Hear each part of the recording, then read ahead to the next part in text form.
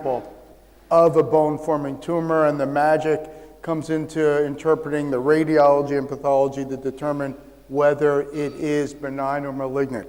Important to remember, despite the fact that we have a lot of different fancy ways to analyze tumors, the only way to make a diagnosis in bone-forming tumors really is histology. Molecular studies, immunohistochemistry are not helpful in making the biggest and most important distinction, and that is between benign and malignant. I want to say a very few quick words with regards to the bone matrix, because that's obviously the common thread for the bone-forming tumors. Remember, we have two normal types of bone tissue, cortical and trabecular. Rule number one is the vast majority of the neoplastic bone that's made in bone-forming tumors is cortical in pattern. We mentioned earlier today that the type of collagen in bone is type 1.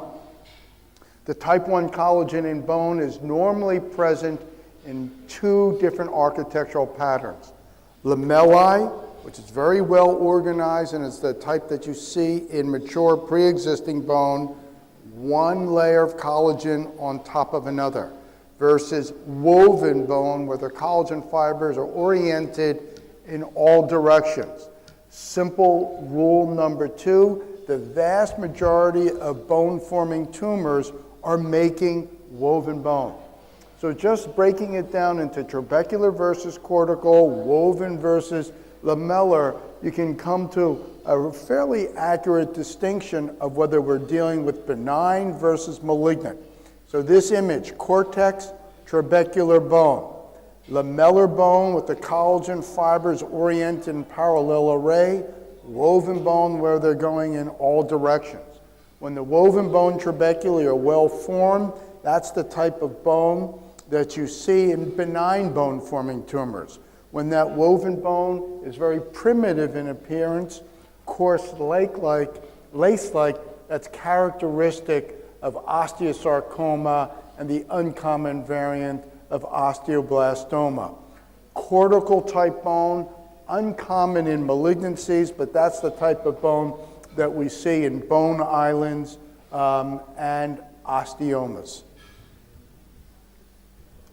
I lost my ability to advance the slides. Actually, mine did too.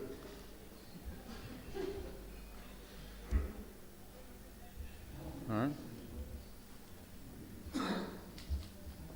So. It's frozen. I will fix it.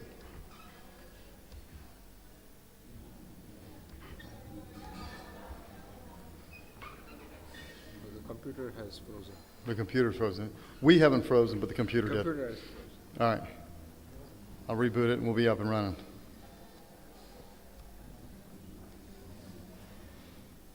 Versus malignant, which also correlates with some of the imaging studies we're going to see. Benign tumor is very well circumscribed. Here are the neoplastic bony trabeculae, sharp margin between it and the endosteal surface.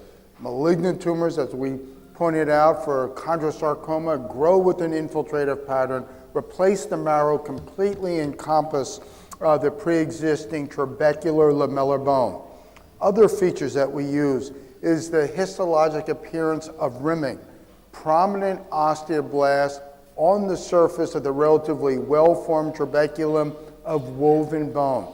Notice the intertrabecular tissue is composed of loose connective tissue with spindle cells representing a mixture of both fibroblasts and endothelial cells.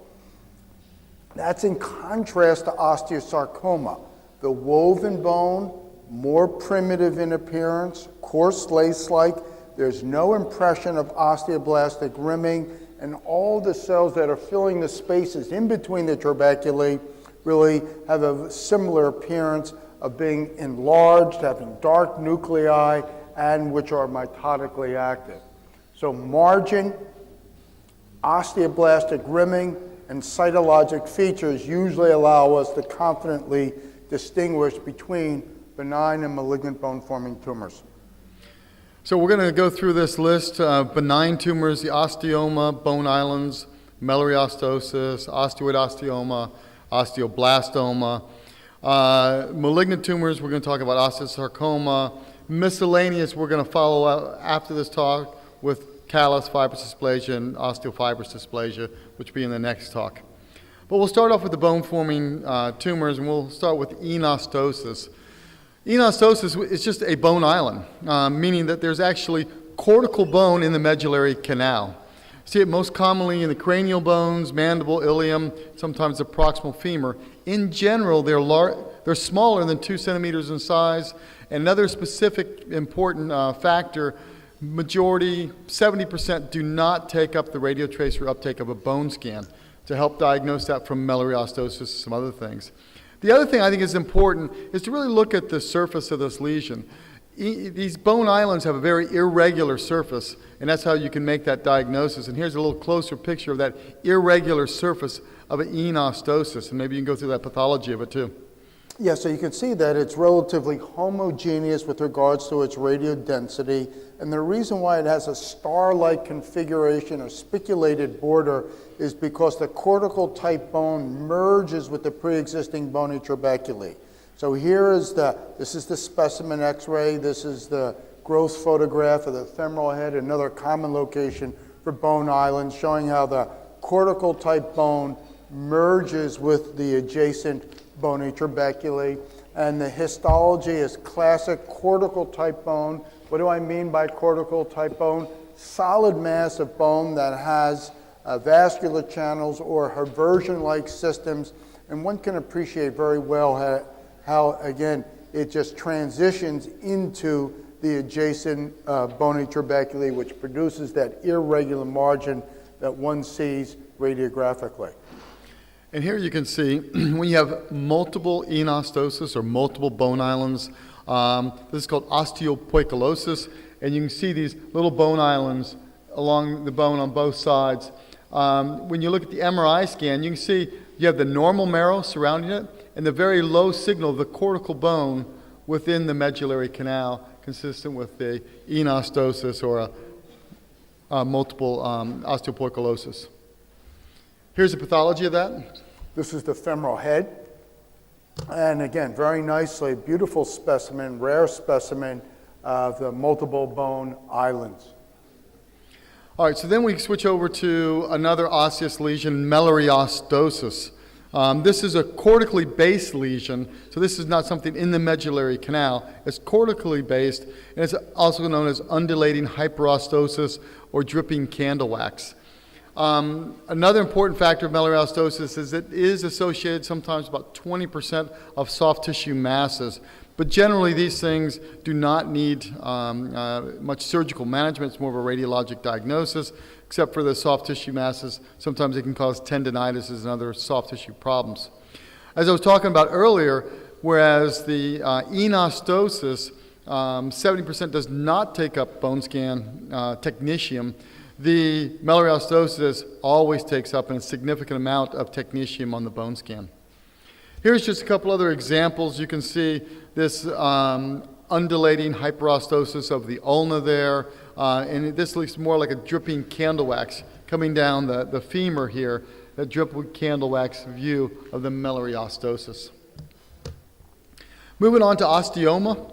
Osteoma is very dense bone occurring almost exclusively in the skull, paranasal sinuses, usually in the elderly patients, rarely below the age of 10.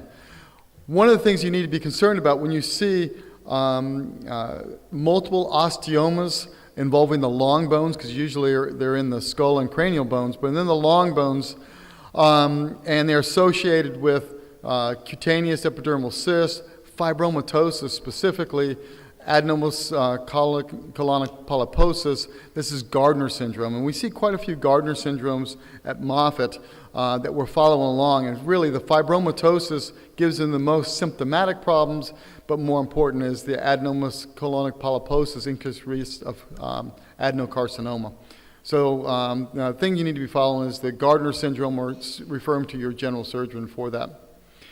So here you can see an osteoma of a long bone. You can see it's coming off of the cortex, and you see this lamellar bone, very thick cortical bone formation coming off of the cortex of this long bone. Here's the pathology of it. And this was resected because the radiographic diagnosis was a paraosteosarcoma, which is in the differential diagnosis. This is the osteoma. Notice adjacent to it, this is all rim of slowly accumulated reactive bone, and one does not see a sharp margin between where the tumor stops and the underlying cortex begins, because the osteoma is composed of, again, cortical type bone, identical to that which we saw in the bone island, but forming a large mass-like tumor on the surface of the normal cortex. And this is the histology of an osteoma. Cortical-like bone, but it's abnormal. We do have eversion systems with concentric lamellae, but notice we also have these irregular islands of woven bone. So invariably, an osteoma is an admixture of cortical-type woven and lamellar bone. Okay, now we're getting into something the surgeons are a little bit more interested in, or maybe the radiologists now, because they're the ones that are treating this, and that's osteoid osteoma. As we all know, this occurs generally in children, young adults. It's that characteristic burning, continuous, dull, aching pain that's relieved by salicylates. It represents about 5% of the primary bone tumors, and it's a diagnosis really of clinical symptoms and radiologic symptoms. I always put this in for my residents, because the radiology residents get confused of what a nidus is and what's this calcification, things like that. So remember, osteoid osteomas, they're intracortical lesions, and they have a solid continuous periosteal reaction, is what you see here. It's that inflammation in that these lesions present that causes that periosteal reaction. That solid periosteal reaction means it's been going on for some time. So they have that cortical thickening because of the periosteal reaction. Then you have the central nidus that you see here. And then within the central nidus, you usually see some central mineralization. So those are the things that you usually pick up for these osteoid osteomas. What I don't like is commonly people will get MRI scans for osteoid osteomas. I think they're more difficult to diagnose. Here you can see on the plain film where the arrow is here, you can barely see that nidus and a little bit of reactive bone.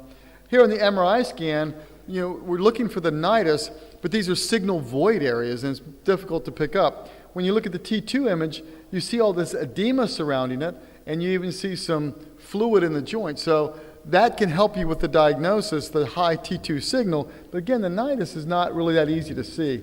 Obviously, the bone scan delineates it well, and the CT scan to me is the key.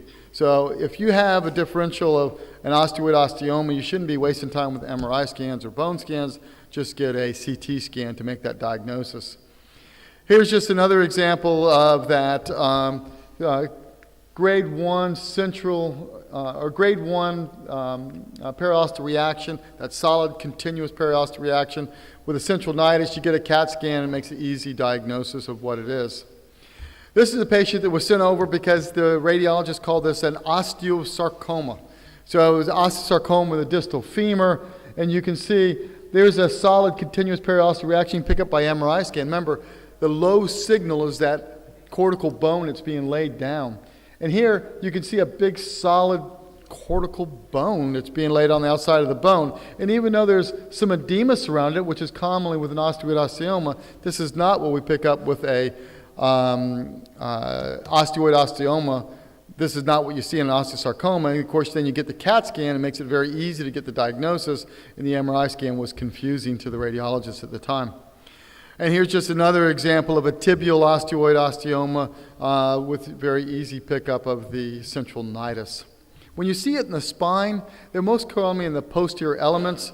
And again, you can see very nicely, there's this nidus here. Here's that central mineralization of an osteoid osteoma.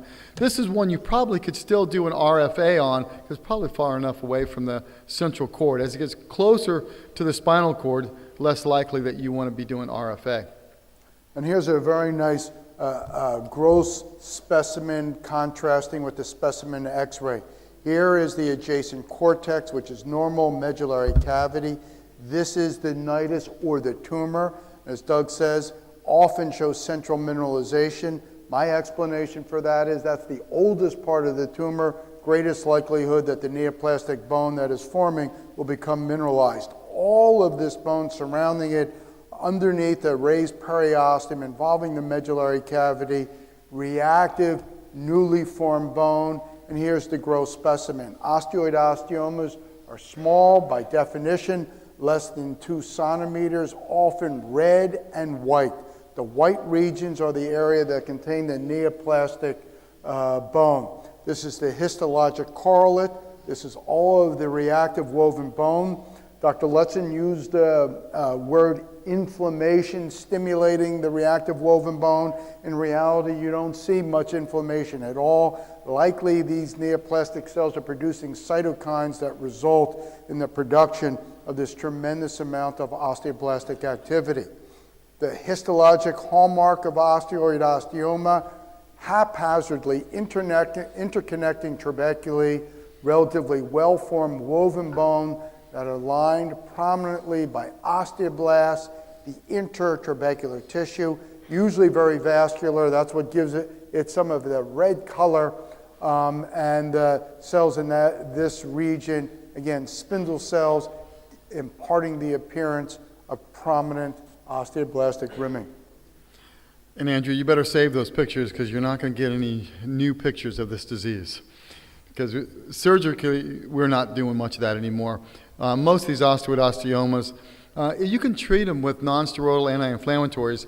In a process of about 7 years it takes for them to burn out. So either they'll burn their stomach out or the lesion will burn out over time. Most often we treat these with RFA. If you look at the RFA recurrence rate, it's about 12%. High-speed burr is about 9%. So not much difference in that treatment. Certainly a lot better for the patient to do an RFA.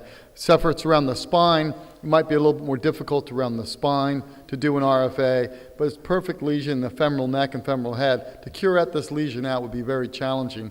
And to get an RFA needle in there is much easier to do an RFA in that area. So osteoblastoma, another benign osseous lesion. Many people look at these as a giant osteoid osteoma. Well, that's one of the forms of osteoblastoma. There's several different presentations of osteoblastoma. But in general, they are lesions that the nidus itself, or the lesion, is larger than 2 centimeters in size. They occur usually in the first 3 decades of life, a little bit older than the osteoid osteoma, but certainly in the young patients. 38% occur in the long bone. They occur more commonly in the diaphysis of the long bone. Just like the osteoid osteoma, they have a higher predilection for the posterior spine, and you see them a little more commonly in the sacral area in addition. So here's an example of a giant osteoid osteoma like osteoblastoma. And so you see this lesion's larger than 2 centimeters in size.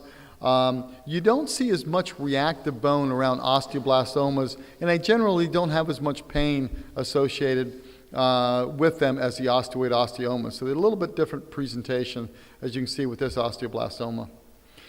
Here you can see there is multiple different presentations of osteoblastoma. Here's a cortical-based lesion of an osteoblastoma, and it's really predominantly just radiolucent.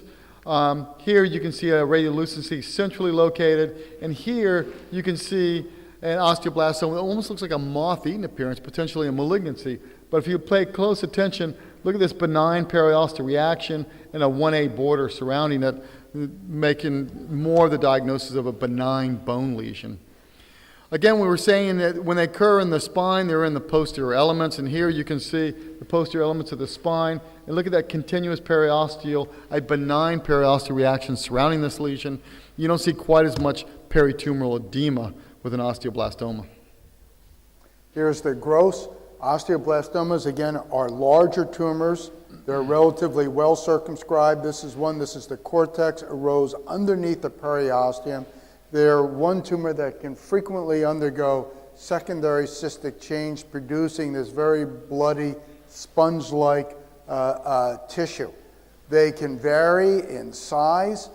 This one involving the medullary cavity, extending out into the soft tissues with a nice intact periosteal reaction involving the fibula in a young patient. but alarming because of the size. This is an even larger one in my experience. The bigger they are, the more likelihood that there's an associated secondary hemorrhagic and cystic change. This is an example of an osteoblastoma with a lot of neoplastic bone, giving it this tan white appearance. Just like osteoid osteoma, histologically, classic osteoblastomas closely resemble that of osteoid osteoma, haphazardly interconnecting trabeculae of woven bone lined by prominent osteoblasts. Different subtypes of osteoblastoma, I'll just quickly show examples. This was known previously as aggressive osteoblastoma in that the neoplastic cells are so-called epithelioid, meaning they're large, round, have abundant eosinophilic cytoplasm, and frequently in these types of osteoblastoma, the woven bone is more lace-like in appearance, and this is the type of osteoblastoma that is prone to be misdiagnosed as an osteosarcoma. Example, very uncommon subtype of osteoblastoma that has cartilaginous differentiation. Okay, treatment of osteoblastoma. These are more aggressive than osteoid osteoma. You need to do a complete curettage of an osteoblastoma if you're treating it. Because of the higher local recurrence rate, in expendable bone, you can do complete excision. Adjuvant cryotherapy is certainly considered in this lesion to decrease the local recurrence. And if they're located in the spine, some people will even recommend doing some radiation to that area because they're difficult to do complete resections.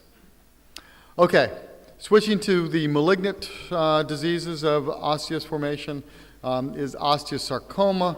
And this is the most common primary malignant bone tumor as we exclude myeloma. About 80% of them occur in the metaphysis. So it's a metaphyseal lesion. It's most commonly around the knee, both the distal femur and proximal tibia. The majority of these occur in the first 2 decades of life. And we don't see them as the patients get older. There is a little spike later on in life, but in general, this is a disease of the growing children. So this is a class example, this x-ray. You can see the growth plates are open, so that means it's a child. You can see this bone formation that's occurring within the center part of this. It's a permeative bone formation. It's just extending up and down the canal. You've got a Codman's angle. You've got this divergent periosteal reaction and even onion skinning. This is obviously a malignant bone tumor, very characteristic of an osteosarcoma. So why don't you go through the historical notes here on the osteosarcoma? The simple important thing is it really wasn't until the mid-1900s that we had a very well-defined definition and classification system for osteosarcoma to help distinguish them from chondrosarcoma. Notice that the advent of systemic therapy was in the early 1970s, and then in the early 1980s is when limb salvage first began. We can classify osteosarcoma according to a variety of different parameters. One is whether the underlying bone is normal or abnormal. If it is normal, we call it a primary osteosarcoma. If it is involved by another disease process, such as it was radiated, there's Paget's disease, there's a bone infarct, it's known as a secondary osteosarcoma. We can classify them according to whether they're solitary or the patient is presenting with multiple lesions, either synchronous or in a metachronous fashion. We classify them with regards to their site of origin. Are they developing within the medullary cavity or arising on the surface? We further subclassify them according to a variety of different histologic features, and then very importantly, the grade. Anything above low grade generally means the patient is getting systemic therapy, particularly if the tumor is arising within the medullary cavity. When one uses the term osteosarcoma not otherwise specified, generally we're talking about a solitary tumor arising in otherwise normal bone that's developing within the medullary cavity, that is making an abundance of bone, and that is high grade. That is your garden variety osteosarcoma. This just represents some of the histologic subtypes of osteosarcoma. The vast majority of them are a mixture of bone, collagenous and cartilaginous forming elements. Another important subtype is well differentiated, mainly because those tumors don't require systemic therapy. And remember, these tumors can arise on the surface of the bone. Paraosteosarcoma is a well differentiated osteosarcoma that is developing on the surface. Intermediate grade chondroblastic osteosarcoma arising on the surface is known as periosteosteosarcoma, and then lastly, a high-grade osteoblastic osteosarcoma arising on the surface is known as a high-grade surface osteosarcoma. With that in mind, you can see that the vast majority of osteosarcomas are conventional, intramedullary, about 10%. The patient has some underlying disorder, and more than likely, these are the patients who are older. The low-grade tumors, the multicentric tumors, are relatively very uncommon. And then lastly, you can see that the surface tumors account, depending on the series, roughly for 5 to 10% of the patients. With regards to the etiology of osteosarcoma, the vast majority, which are non-syndromic, again, have very complex cytogenetic abnormalities, and we don't know why they do develop. In a small percentage of patients, the individuals, or there are a small number of syndromes in which the individuals are associated, or the disease is associated with an increased risk of developing an osteosarcoma. Examples include the Li-Fraumeni syndrome, where they have a germline mutation in p53, which is very important in repair of DNA. Werner syndrome involves an enzyme that helps the DNA form a triple helix. These are the individuals who clinically appear to be aging very rapidly. In Rothman-Thompson syndrome, again, another enzyme that's involved in these patients have diseases that often present as these irregular rashes of the skin. And lastly, bilateral retinoblastoma patients maybe have a 500-time incidence of developing osteosarcoma. Again, all of these diseases have well-defined genetic abnormalities, and their actual roles that they play in the sporadic osteosarcoma is, at this point, unclear. It's safe to say that osteosarcoma, again, shows a variety of different abnormalities. Over the past several years, there's been a hypothesis proposed that there, if you will, is almost like an explosion of areas of the DNA in the cells of osteosarcoma, that some of it then becomes reopposed, producing a variety of different deletions of tumor suppressor genes, amplifications of oncogenes, variety of different non-specific translocations, which in the end result in dysregulation of gene expression, which drive the biological behavior. And this is just showing examples of sporadic osteosarcomas, the variety of different genes that may be either deleted or amplified. We've seen this before, marked chromosomal abnormalities in high-grade osteosarcoma. The other important feature in the low-grade osteosarcoma, whether it arises on the surface of the bone or within the medullary cavity, have these relatively specific giant marker ring chromosomes. So it's just an example of a large osteosarcoma in a child. And it seems like the proximal humerus osteosarcomas have some of the biggest presentations that you see. You see that here's one that's actually even fungating out through the skin. So, presentation most commonly is that these patients present with pain. So it's a painful bone lesion, and when you have painful bone lesions, you should always have a red flag that this is a malignancy. It's not uncommon that you can get a fracture through that, and this is not healing callus formation. This is the malignant bone formation of a pathologic fracture, and you can see the large soft tissue mass associated with it, and again, the pathology that correlates with this pathologic fracture. So, when we look at osteosarcomas, as Dr. Rosenberg said, it's divided up into 3 different categories: medullary, cortical, and surface. We're going to begin by talking about the medullary osteosarcomas, the most common type. So when you see medullary osteosarcomas, there's multiple different presentations of it. Most people think it's like the center one where you get this bone formation, this cumulus cloud-like. Well, that's the osteoblastic-like osteosarcoma, but sometimes you can have very little bone formation at all in this chondroblastic osteogenic sarcoma. So they can be lytic, they can be blastic, or probably the most common feature is this moth-eaten appearance that you see here in a mixed lytic-blastic osteosarcoma.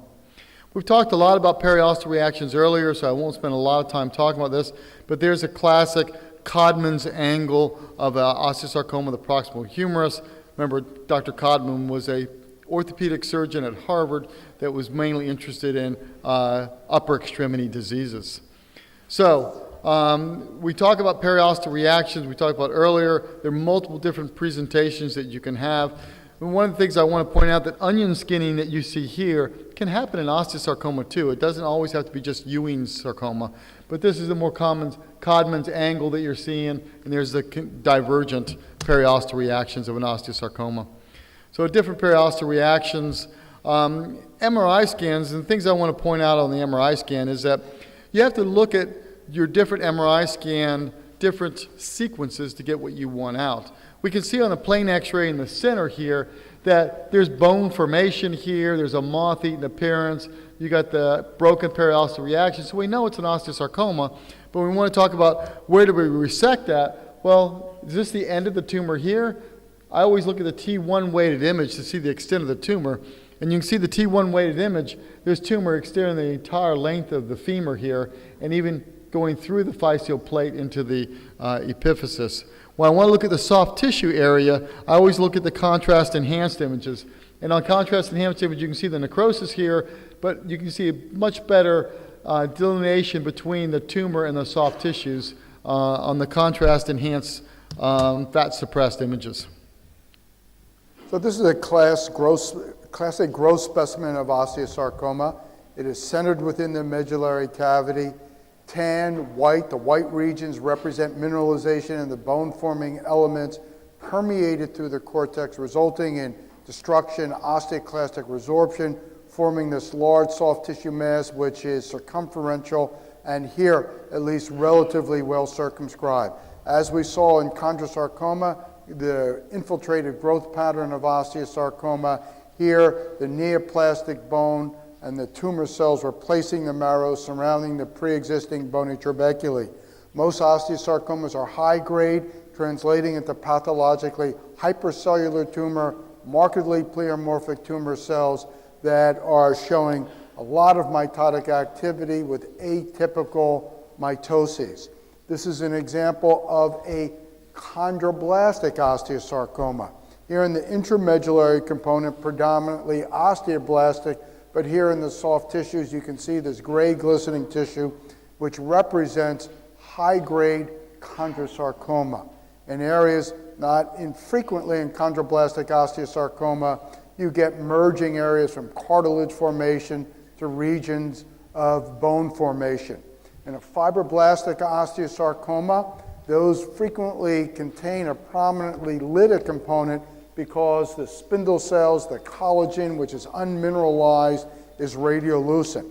And frequently in fibroblastic osteosarcomas, the amount of bone formation is relatively limited in amount, making sampling sometimes problematic, but we can appreciate the primitive coarse lace-like neoplastic bone here. The giant cell variant of osteosarcoma can refer to really 2 types of osteosarcoma, one in which many of the cells are non-neoplastic osteoclast type giant cells, such as we see here, Other variants, the neoplastic cells are really huge, monstrous, and being very atypical. Telangiectatic osteosarcoma is an osteosarcoma that has undergone massive cystic change. That's the variant of osteosarcoma that I think both radiographically and pathologically sometimes can be confused with an aneurysmal bone cyst. So here's the osteosarcoma with neoplastic bone. Notice that much of the tumor is composed of these blood-filled cystic spaces. And for a pathologist, I'm always looking very carefully in the walls of bone cysts to try to see if there is an underlying primary bone tumor that underwent cystic degeneration. And in this scenario, trying to find neoplastic bone and cells that demonstrate the morphologic features of malignancy. So here's a very large massive tumor that has undergone prominent cystic change. Again, example of telangiectatic osteosarcoma, neoplastic bone. At low power, I can say this is malignant because it's growing with an infiltrative pattern. I can identify the pre-existing bony tuberculate. Small cell osteosarcoma, a rare variant of osteosarcoma.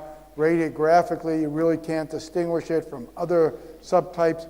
Histologically, cells are small meaning about 1 to 2 times the diameter of a red blood cell, and we're looking for evidence of neoplastic bone formation, which in this case is linear eosinophilic extracellular matrix. So treatment of osteosarcoma, it's fairly regulated, and that is that it's neoadjuvant chemotherapy, about 3 cycles, and the main ones that we're looking at is doxorubicin, cisplatin, and methotrexate. Those are the 3 that we always give primarily.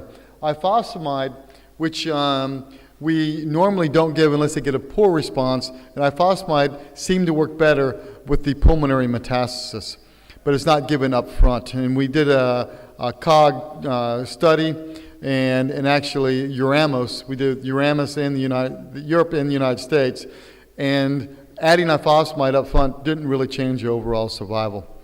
So if you look at the 10-year disease-free survival, if you have a poor response, and that means less than a 92% kill, that is 54% 5-year survival. If you have greater than a 92%, which is a partial response, it's 68%. And even if you get 100% necrosis, a complete response, it's only at 80% survival. You would think with 100% necrosis it would be higher than that, but overall this averages out to about 67% 5-year survival. So the treatment of osteosarcoma and how we treat things is limb salvage surgery, and we're usually able to do distal femoral replacements there. 90% of the time we can do limb salvage surgery with osteosarcoma, and I think that number is even a little bit higher now, but that's been the rate for about the last 10 years. So, are we going to be able to continue to do limb salvage surgery? We know that there's a changing in care, and if that changing in care, is that going to mean that the limb salvage surgery is going to be reversed? Some people are saying that, but I don't think that's going to change things much at all. But we are certainly worried about the cost of cancer treatment in the United States. So, low-grade intraosseous osteosarcoma usually present with pain. Like all osteosarcoma, pain is a common presenting symptom. These are usually more geographic. Remember, the lower the grade, the better they're going to be delineated. You can see this nice, well-delineated geographic lesion in the proximal femur, although it's a blastic lesion. Periosteal new bone formation, and you'll see soft tissue extension with these things, but not nearly the amount you see in these high-grade osteosarcomas. Usually, there's some reactive bone, and the bone expands almost like a low-grade chondrosarcoma when you see these.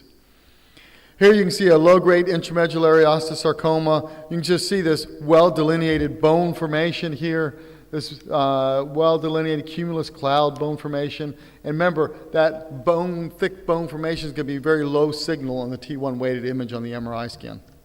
And this is the resection specimen to that case. You can get a suggestion here that it's low grade because although it's relatively long, very limited extent into the soft tissues. The low-grade osteosarcomas frequently contain a lot of bone, so they're very hard and gritty, and we can appreciate the infiltrative growth pattern looking at here's the pre-existing bony trabeculae that are being encompassed by the slowly enlarging osteosarcoma.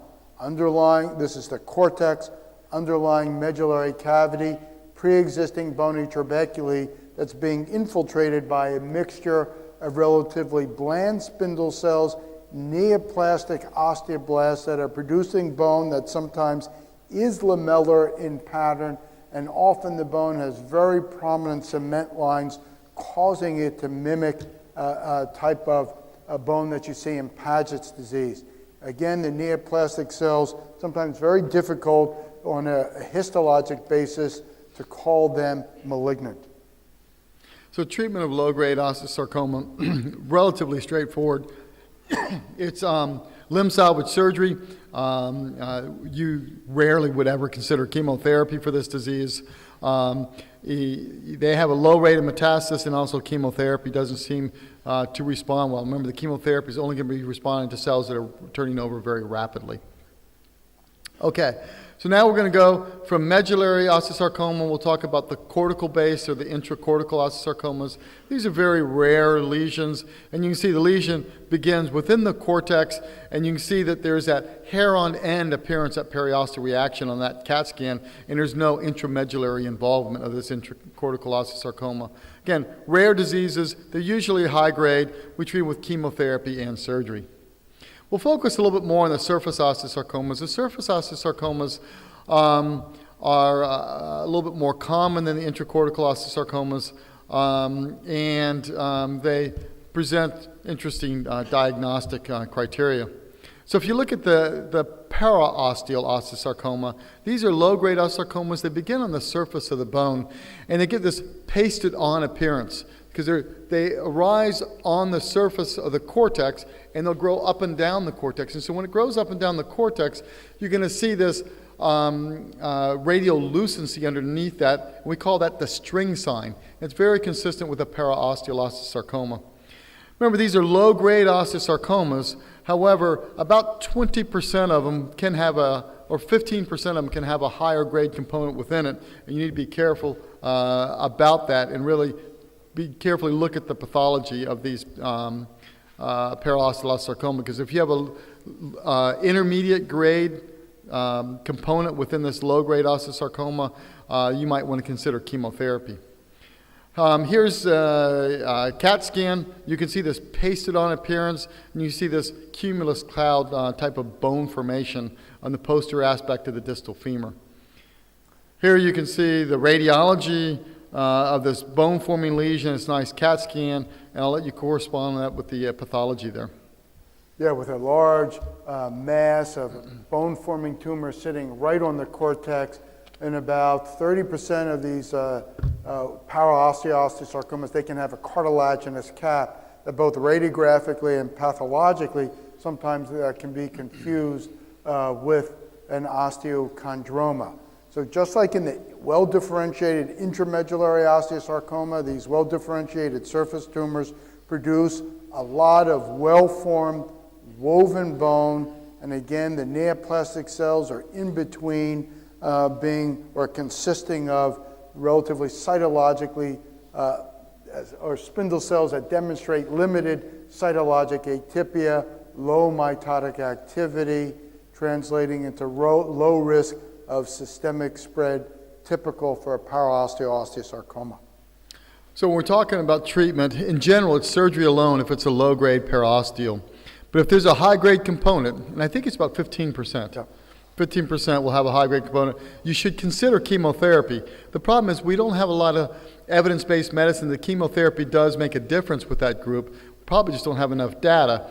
But they are a high-grade component, and I think that you certainly should consider the chemotherapy with the patient, but they don't behave as well as the intramedullary osteosarcomas. All right, so periosteal osteosarcomas, these are surface-based lesions that have more cartilage associated with them. The periosteal osteosarcomas usually occur most commonly around the proximal tibia. So they're still around the knee, but around the proximal tibia, and they really have this characteristic saucerization. Do you see this saucerization here? That really helps the diagnosis. Some people call it, we have the bilateral Codman's angle sign, and that's that saucerization that you see. Here's the bone formation at the bottom of it, and there'll be cartilage in the middle of this area. These are usually intermediate grade osteosarcomas. They're a little bit higher grade than the paraosteals. Yeah, and we can see that the cellular neoplastic cartilage transitioning to neoplastic bone. Again, underlying cell population demonstrating significant cytologic atypia. This is the growth, some of the glistening nodules of cartilage. Notice that the cortex here is intact, no extension into the underlying medullary cavity. So periosteal, again, they're treated with surgery alone. We've been considering chemotherapy more often because they're intermediate grade osteosarcomas. Again, there's not a lot of good data that the chemotherapy is making a difference, but since they have such a higher rate of distant metastasis, I think that chemotherapy should be considered in this disease. The surgical management's a little bit easier than the paraosteal, because paraosteal, about 20 or 30% will have intramedullary extension, where periosteal rarely ever has intramedullary extension, and more often we can do resection here, where we do a hemicortical resection and reconstruction. We're going to end up here talking about some secondary osteosarcomas, and secondary osteosarcomas can become secondary to many, many different diseases. I'm not going to read through that whole list there, but you can see that secondary osteosarcoma occurs secondary to many different diseases. But more commonly, we see it associated with Paget's disease, chemo, or radiation induced.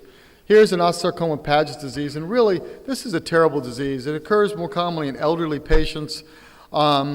These patients, 20% of these osteosarcoma will actually, the majority of these osteosarcomas present after their age 40, and 33% will present with pulmonary metastasis.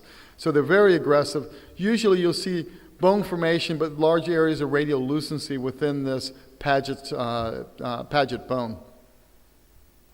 And here's a nice example of that. This is very thickened cortices, coarse thickening, typical of underlying Paget's disease. Medullary cavity here replaced by this tan white tissue that's eroded the cortex. This represents the underlying high-grade osteosarcoma. So secondary osteosarcomas, you can get them due to radiation-induced. This is an example of a Ewing sarcoma, was treated with radiation and had a secondary osteosarcoma from the radiation. These have a very, very poor prognosis. They rapidly progress. There is an increased incidence in female, and that's usually because of the breast cancer and getting radiation from the breast cancer. Again, these have a very, very poor prognosis. So treatment of osteosarcoma, we're very aggressive with the chemotherapy, radical surgery, but even with all that is a poor prognosis. So we may be thinking of more helping the patient out with their survival rather than doing radical surgeries with the patients.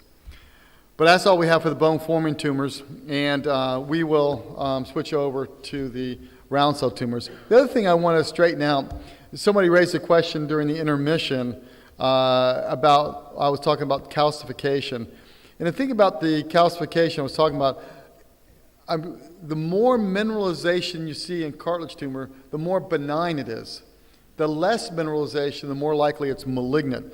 So I think some people were confused. I was saying that, they thought I was saying that the more mineralization, the more likely it's malignant. No, the more mineralization, that's benign, because the benign cells can produce more of the normal cellular functions compared to the malignant cells.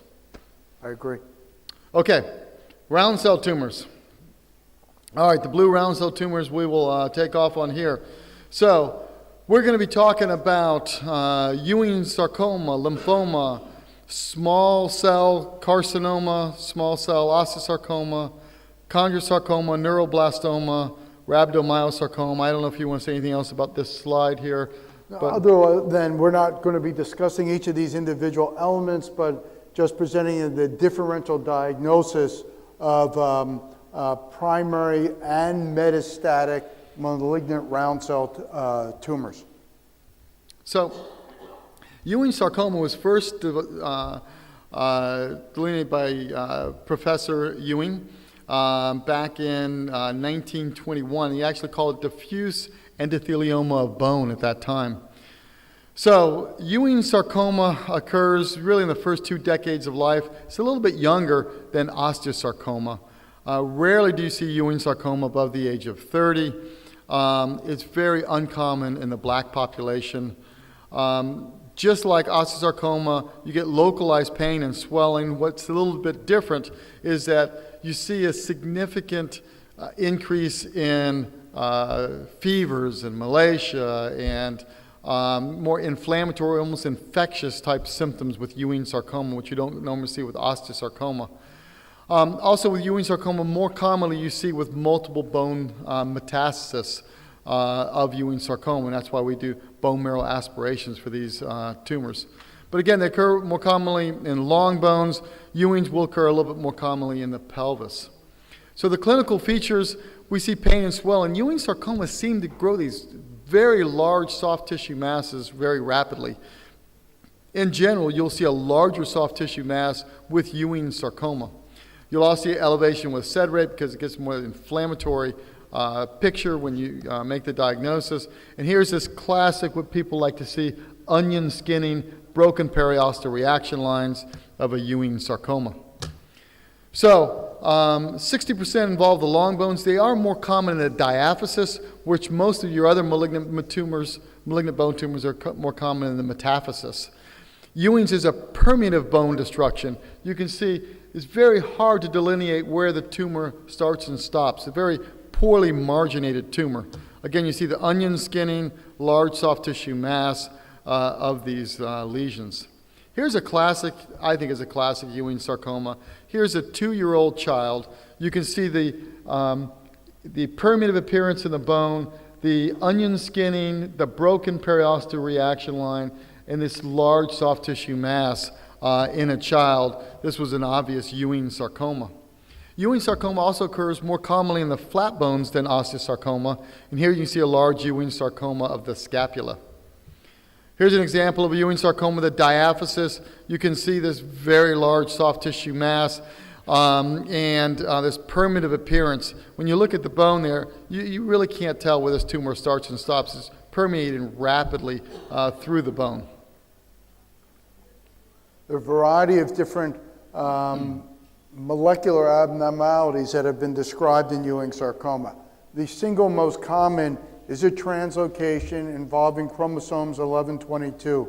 But notice that there can be different partners other than the EWS gene or the FLY1 gene, which is located on chromosome 11. So significant percentage, 1122, but there's 2122, 722, 1722, really distinguishing the translocation partners currently does not alter anything with regards to the treatment of the patients. This just highlights one thing, that the EWS gene, which is translocated in Ewing sarcoma, can also be translocated in other different types of both primary bone and soft tissue, benign and malignant tumors. So the translocation or derangement of chromosome 22, not diagnostic of, but characteristic of Ewing sarcoma. By the time we receive the specimens, Ewing sarcomas, again, relatively large tumors, greater than 10 centimeters at the time of diagnosis. They are fish flesh-like in appearance, destroying the medullary cavity, eroding the cortex, extending into the soft tissues. This is an example of Ewing sarcoma that's developed in the rib. This is costal cartilage.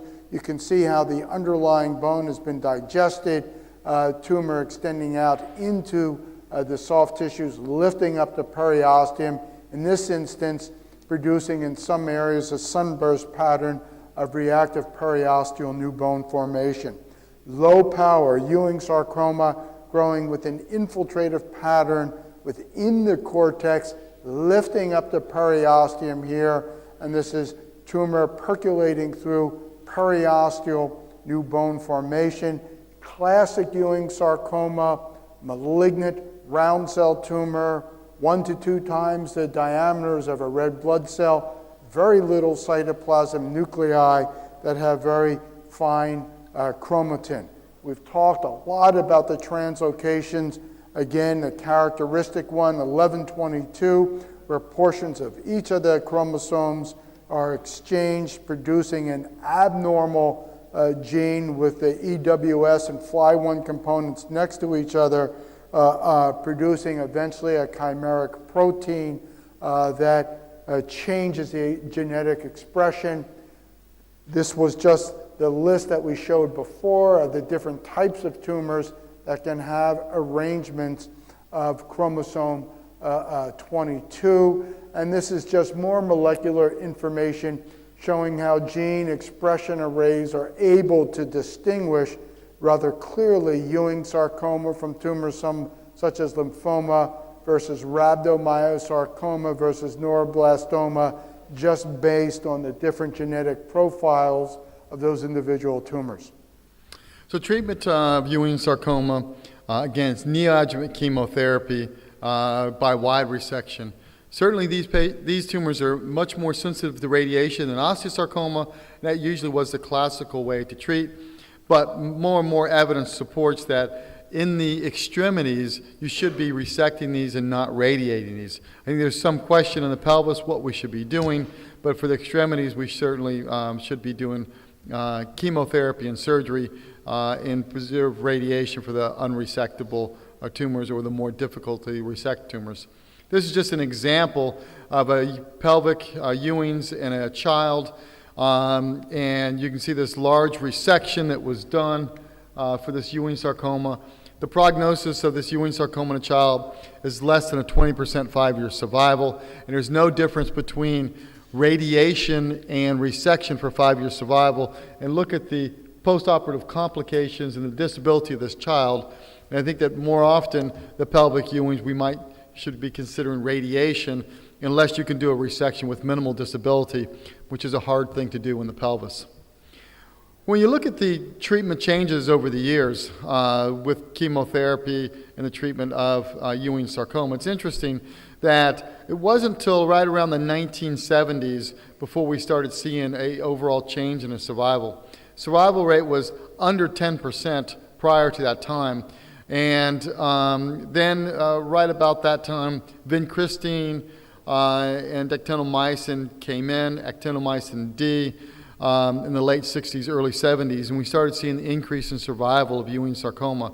Prior to that time, it was just radiation for the treatment of these. Then etoposide, ifosfamide became more popular drugs in the development, and we started seeing a jump from the 20% up to 50% with the addition of etoposide and ifosfamide. About that time, bone marrow transplant became popular, and we started doing bone marrow transplant with the Ewings. And I think that for the very extensive bone metastasis of Ewings, probably bone marrow transplant plays an important role. When you start combining the etoposide and ifosfamide, the IE in combination, we start now getting survivalship up above 75%. So you can see the changes that occurred during that time. I think more importantly, during that time, we figured out the genetics of this disease, and we're going to have more and more drugs specific to the genetics as we move forward. Anything you want to add? No. Okay. So this is just going to some of the new agents that we're trying to do with Ewing sarcoma, especially with recurrence. We're adding temozolomide, topotecan, gemcitabine. All these seem to be fairly effective. The new agents, or the antibodies, the IGF-IR, seems to be very important in mTOR. And then we're getting into immunotherapy and specific drugs for the translocation for the future and treatment of Ewings. And again, the goal of all this type of therapy is to kill the tumor. What we're looking at is a resection specimen of the tibia. This is the Ewing sarcoma. Notice it looks different than the other gross specimens. It's yellow. This represents where tumor previously was occupied and has undergone necrosis. These are the dead ghost tumor cells, and in the end, what will happen to them are macrophages come phagocytize these cells leave behind a reactive fibrous scar. And again, greater than 90% necrosis is now really the reference we use to determine whether there's been a good response to systemic therapy or not. Requires a fair amount of sampling on the pathology end. I'm going to go one more point on this. This is an important point. I know we've gone through a lot, but this is something I do want to stress because Ewing's is important for surgeons to understand this. Remember, we're talking about Ewing sarcoma commonly has these big, large soft tissue masses. And with chemotherapy, you can see this necrosis like he's showing this picture here. But what do you treat? So my view of this thing is that for the soft tissue decision making, I use the post-chemotherapy MRI scans, what I'm going to resect. Because this soft tissue mass does not infiltrate the muscle, it grows from the bone and pushes the muscle up and away. So when the chemotherapy responds, as the tumor shrinks down, then the muscle comes back down. I don't resect how big the soft tissue mass was and try to resect all this muscle because it doesn't really infiltrate into the muscle for the most part. It pushes it. The bone is different. See, the bone, you see this extension up and down the bone, it's necrotic, but this is infiltrating within the marrow. So I always use my preoperative MRI scans to do my bone resection. I use my postoperative MRI scans to do the soft tissue part of the resection. So I think it's the difference in how you need to plan things out because there's good evidence from the